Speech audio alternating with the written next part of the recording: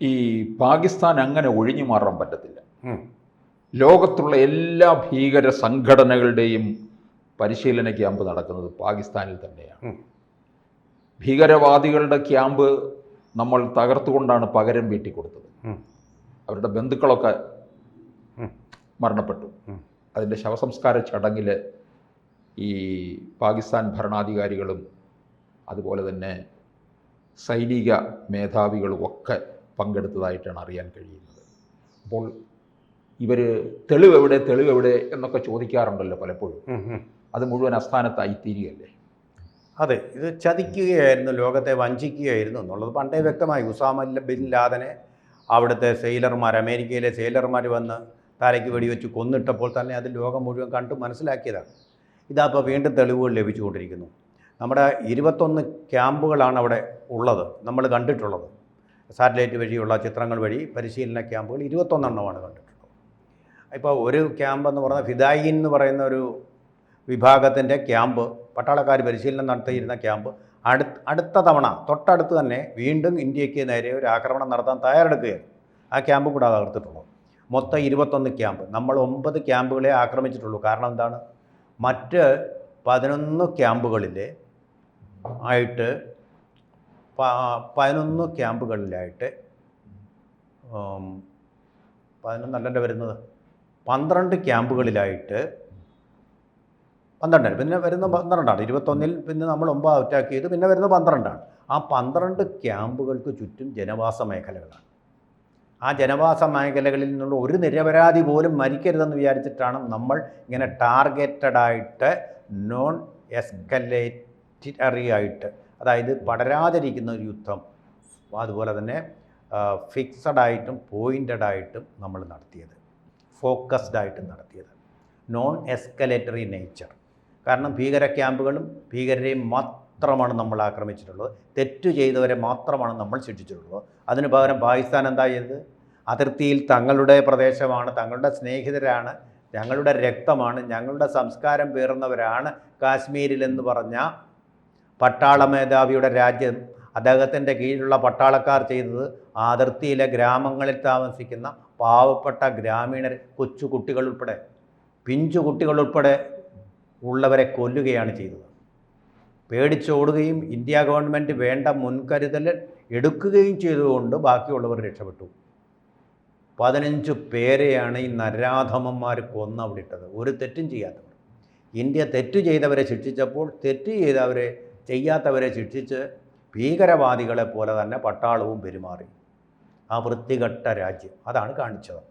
ഇവിടെ ഇപ്പോൾ നമുക്ക് പുറത്ത് ലോകത്തിന് കൊടുക്കാനുള്ള ഒരു വലിയ വാർത്ത എന്ന് പറയുന്നതും സന്ദേശമെന്ന് പറയുന്നതും ഇതാണ്. നമ്മൾ ഭീകര ക്യാമ്പുകൾ ആക്രമിച്ച് ഭീകരരെ കൊന്നു കഴിഞ്ഞപ്പോൾ ആ ഭീകരരുടെ ശവസംസ്കാരത്തിൽ ഒരു ഉളുപ്പും കൂടാതെ പങ്കെടുത്തിരിക്കുന്നത് പാകിസ്ഥാൻ്റെ പട്ടാള മേധാവികൾ തന്നെയാണ്. അവിടുത്തെ സിവിൽ ഡിഫൻസ് ഉദ്യോഗസ്ഥർ, പോലീസുകാർ, ഇവരൊക്കെ കൂടിയാണ് ഇവർക്ക് ഈ മയ്യത്തടക്കാൻ വേണ്ടിയിട്ടുള്ള ആചാരപരമായിട്ടുള്ള സല്യൂട്ട് നൽകാൻ അവിടെ എത്തിയത്. അപ്പോൾ നോക്കിക്കോണം, അവർ സ്റ്റേറ്റ് ഗസ്റ്റുകളായിട്ട് അവിടെ സ്റ്റേറ്റ് ഓണറോടുകൂടിയാണ് ഇവരെ അടക്കം ചെയ്തത്. പട്ടാളക്കാർ വരേണ്ട കാര്യമില്ല, പോലീസുകാർ തീർച്ചയായിട്ടും വരണം, പോസ്റ്റ്മോർട്ടം മഹസർ എടുക്കാൻ, അങ്ങനെയുള്ള കാര്യങ്ങളുണ്ട്. പട്ടാളക്കാരെന്തിനു വന്നു? ജനാധിപത്യ ഭരണകൂടം എന്നല്ലേ പറയുന്നത്. പട്ടാളക്കാരവിടെ വന്നിരിക്കുന്നു. കാരണം അവരാണ് ഇവരുടെ അധ്യാപകർ. ഇന്ത്യയിൽ എത്രമാത്രം കേന്ദ്ര സർവകലാശാലകൾ ഉണ്ടോ അത്രമാത്രം, അതിനേക്കാളും ഭീകര ക്യാമ്പുകൾ അവിടെ പാകിസ്ഥാനിലുണ്ട്. നമ്മൾ ജനങ്ങളെ വിദ്യാഭ്യാസം ചെയ്യിക്കുന്നു, നമ്മൾ 2 സംസ്കാരമാണെന്ന് പഠിപ്പിക്കുന്നു, അതുപോലെ തന്നെ കാഫിറുകളെ കൊല്ലാൻ പഠിപ്പിക്കുന്നു. കാഫിറുകളെ കൊല്ലാൻ പഠിപ്പിക്കുന്ന ഭീകര കേന്ദ്രങ്ങളാണിത്. എങ്ങനെ കൊല്ലണമെന്ന് പരിശീലിപ്പിക്കുന്നു. എങ്ങനെ കൊല്ലണമെന്ന് പഠിപ്പിക്കുന്നത് മദ്രസകൾ, എങ്ങനെ കൊല്ലണമെന്ന് പഠിപ്പിക്കാനുള്ള സ്ഥാപനങ്ങളാണ് കെട്ടിപ്പൊക്കിയിരിക്കുന്നത്.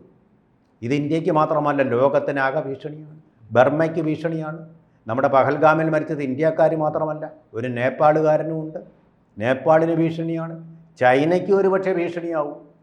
കാരണം ചൈന എന്ന് പറയുന്നൊരു ഇസ്ലാമിക രാജ്യമല്ല.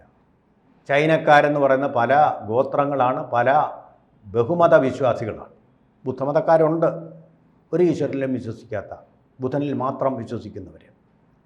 അങ്ങനെയുള്ള ആൾക്കാരും കാഫറുകൾ തന്നെയാണ്.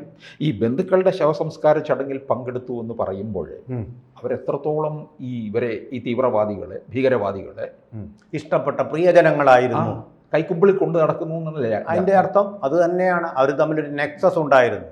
ടെററിസ്റ്റ് ആണല്ലോ ഇവർ, അധ്യാപകരല്ലേ, തങ്ങളുടെ കുട്ടികളല്ലേ, പൊന്നോമന വിദ്യാർത്ഥികളല്ലേ മരിച്ചിരിക്കുന്നത്. ഇവർക്ക് സഹിക്കാൻ പറ്റുമോ? അങ്ങനെ പങ്കെടുത്തതിൻ്റെ ചിത്രങ്ങൾ ഇന്ത്യ ഗവൺമെൻറ് ഷെയർ ചെയ്തിട്ടുണ്ട്. ലോകരാജ്യങ്ങൾ കാണട്ടെ, പഠിക്കട്ടെ.